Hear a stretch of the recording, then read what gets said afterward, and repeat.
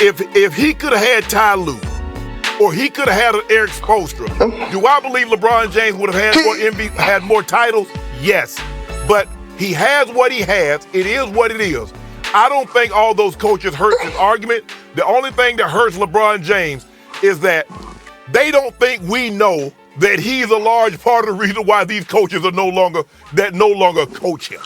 That's the problem that I have first and foremost. Shannon, you said if he could have Eric Spoelstra, he would have more rings. Damn it, he had Eric Spoelstra. He chose to leave Miami. And left. He didn't want to play for Eric Spoelstra no more in that franchise because they wouldn't do it the LeBron James way.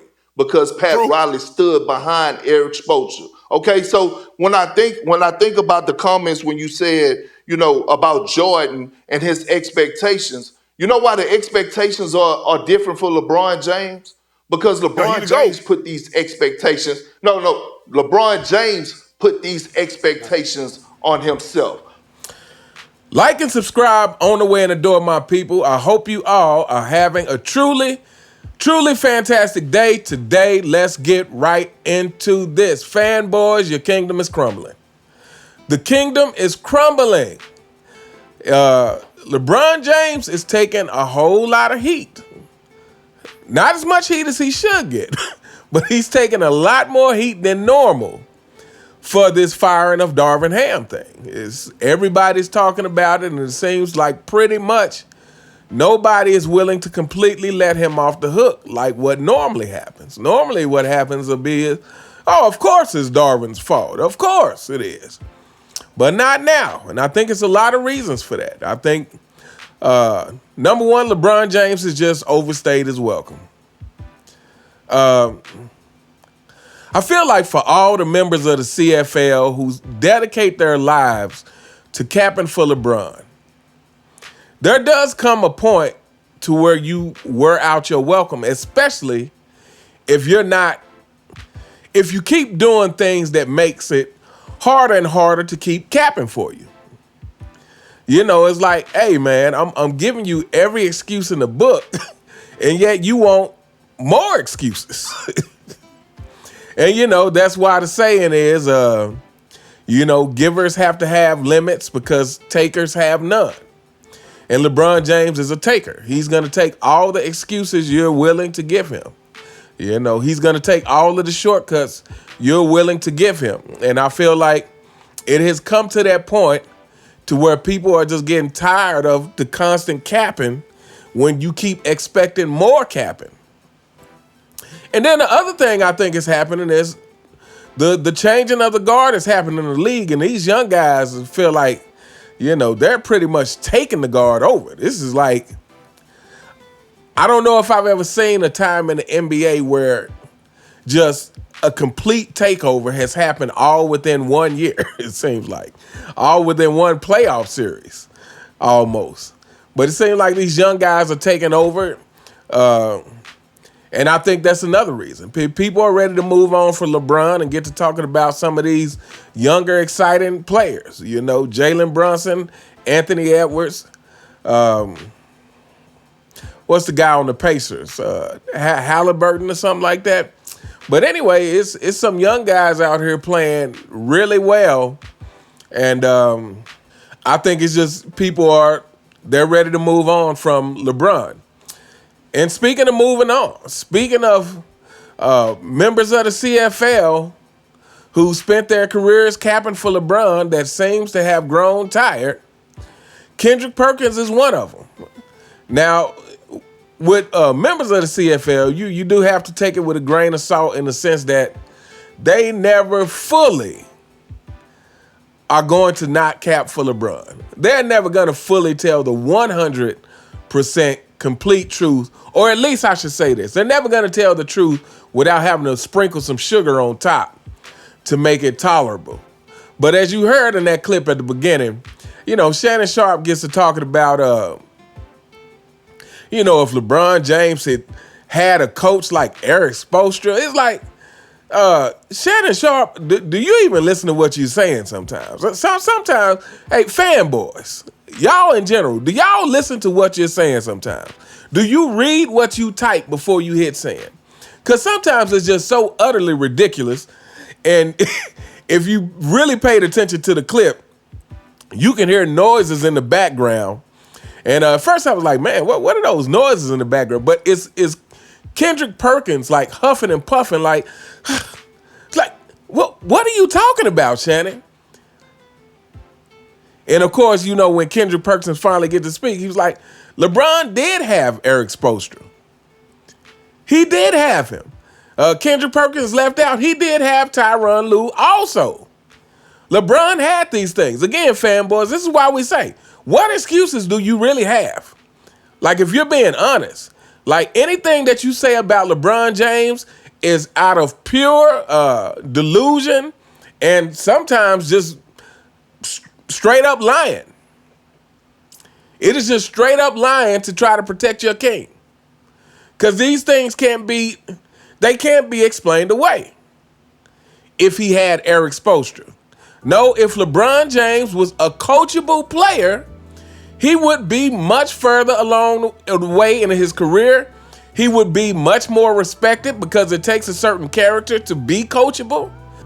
And Shannon Sharpe also brought up the fact that, and I didn't play that part of the clip, but he also talked about Michael Jordan not receiving the same expectations during his Wizards years as LeBron does now at the same age. And Kendrick Perkins also had to check him on that and say, look, LeBron put those expectations on himself. This is what LeBron has done. Fanboys, when you are crying and moaning and feeling depressed because nobody respects your king, therefore does not respect you, when you guys feeling down about that, you really have to understand that your king does it to himself and you do it to yourself as well. And yeah, like I said, you know, LeBron James not being coachable is a character flaw. Great leaders make great followers. But anyway, on that note, let me play the second half of this clip. Because LeBron James is always calling himself on several occasions the GOAT. LeBron James is always speaking out about it. We don't hear Jordan calling himself the GOAT. Here's another thing. LeBron James, this is another thing, man, that I feel like is gonna hurt LeBron. We already know what type of basketball mind LeBron is. I think he's one of the most brilliant basketball minds that ever touched the damn basketball. But when you start making it a case where you're the smartest person in the room all the time, that's a problem. And that's hard for any coach to step into that seat and come in and try to hold you accountable. And I'm gonna tell you one more other thing before I pass the mic to you, Stephen A. I'm watching this Nuggets and Timberwolves series. If Anthony Edwards lead the Minnesota Timberwolves past the Denver Nuggets, that's also going to look bad on LeBron James and Anthony Davis and the Los Angeles Lakers as far as the firing of Darvin Ham. And of course, he goes on to talk about LeBron James calling himself the GOAT, but he also said something that's very important as well, is LeBron James always thinks he's the smartest person in the room. That is a problem. When you think you are always the smartest person in the room, that is a problem. Kendrick Perkins is probably going to get his CFL membership canceled. But yeah, you know, again, going back to those who've seen that documentary on LeBron James, Wired, talking about Coach LeBron and seeing LeBron James pretty much run the practices. Again, you know, you cannot blame Darvin Ham when you have a superstar who won't listen to him. You know, recently I've been going back and watching some of the old Bulls game, and when Phil Jackson is talking, you see Jordan like fully engaged with what he's saying. Fully engaged. Again, this is leadership from your star player. You know, this is not about Phil Jackson being a Hall of Fame coach. Again, Phil Jackson was nobody before he became the head coach of the Bulls. And what I mean by that is he wasn't a Hall of Fame coach. He had not won any championships as an NBA coach. So again, this is a collaborative effort. This is your star player helping get everyone else in line so that everyone can follow the game plan. Again, if everyone is not fully committed to Darvin Ham's game plan, then how are you blaming Darvin Ham? Especially when your star player, again, thinks he knows more than everybody, and everybody on the team knows he thinks he knows more than everybody. This is completely ridiculous. And then the last thing he says is, if Anthony Edwards lead his team past the Nuggets, yes, that is going to look bad on LeBron. Of course it is, and we're all here for it. If Anthony Edwards, if they sweep the Nuggets, my goodness, this says so much about LeBron James. Because what are we saying from the Timberwolves? What it really comes down to, obviously they have the skill, but Denver has the skill. But this is about pure fire and desire. This is what's happening. And Denver is getting overwhelmed by the fire and desire of Anthony Edwards and the Timberwolves. Like, Anthony Edwards has this look in his eye that is just complete fearlessness. That's a problem. That's what we've been missing in the NBA. Not only a complete fearlessness, but that willingness to attack whoever is guarding him. Like, this is not about basketball and the right play and all that kind of stuff that LeBron James likes to say to make up for his lack of killer mentality, his lack of hustle, his lack of effort. This is not that. This is competition. This is actually, yes, the person who is guarding me, I want to embarrass you. As a matter of fact, Anthony Edwards said something else in a post-game interview, because they asked him a question about him flexing and stuff, when he score on his opponent or make a three-point play. And of course he defended it and said, hey, look, I'm going to celebrate. But not only he said that, he said something to the effect that hopefully it makes them want to come get me back. Hopefully it makes them want to come and get me back. In other words, he's here for the smoke. When I score on you, I expect you to try to get me back. I'm here for it. I'm here for the smoke. Let's do this. LeBron James does not have that, and that's why they are sitting at home.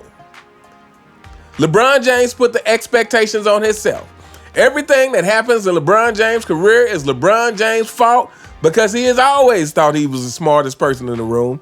Because even in his prime, again, you might not have noticed it then, but if you go back and look now, even in his prime, he was doing all the things that we complain about him doing now. It just wasn't as a higher degree of doing it. He just wasn't doing it as much.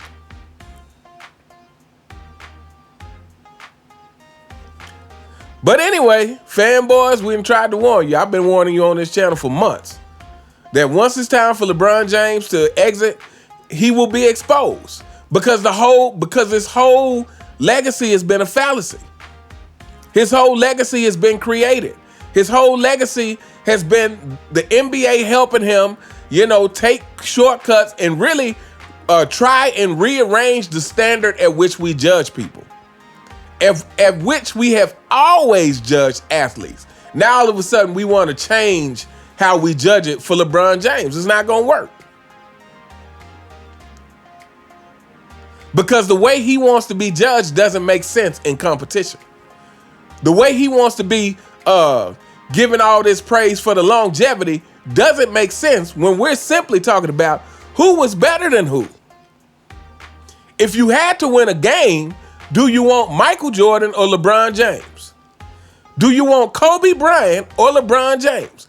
Do you want Magic Johnson or LeBron James? Do you want Larry Bird or LeBron James? Do you want Kareem or LeBron James? Do you want Tim Duncan or LeBron James?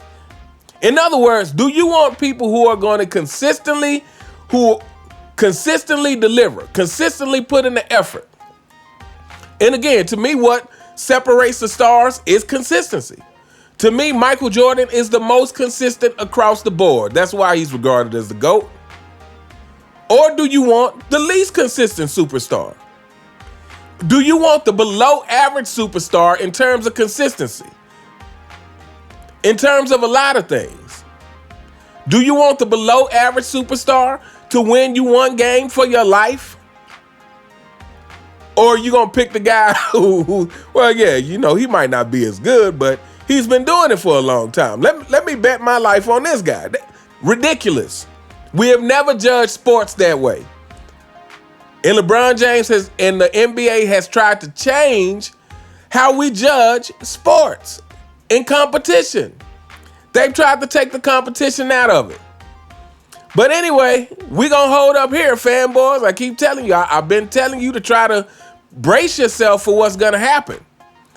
When the further LeBron James gets to being gone, people don't have a reason to protect this guy, especially when he keeps abusing the excuses. The more excuses you give him, the more he wants. But anyway, let me know what you guys think in the comments. You all have a truly, truly fantastic day. And I'll see you next time. All right.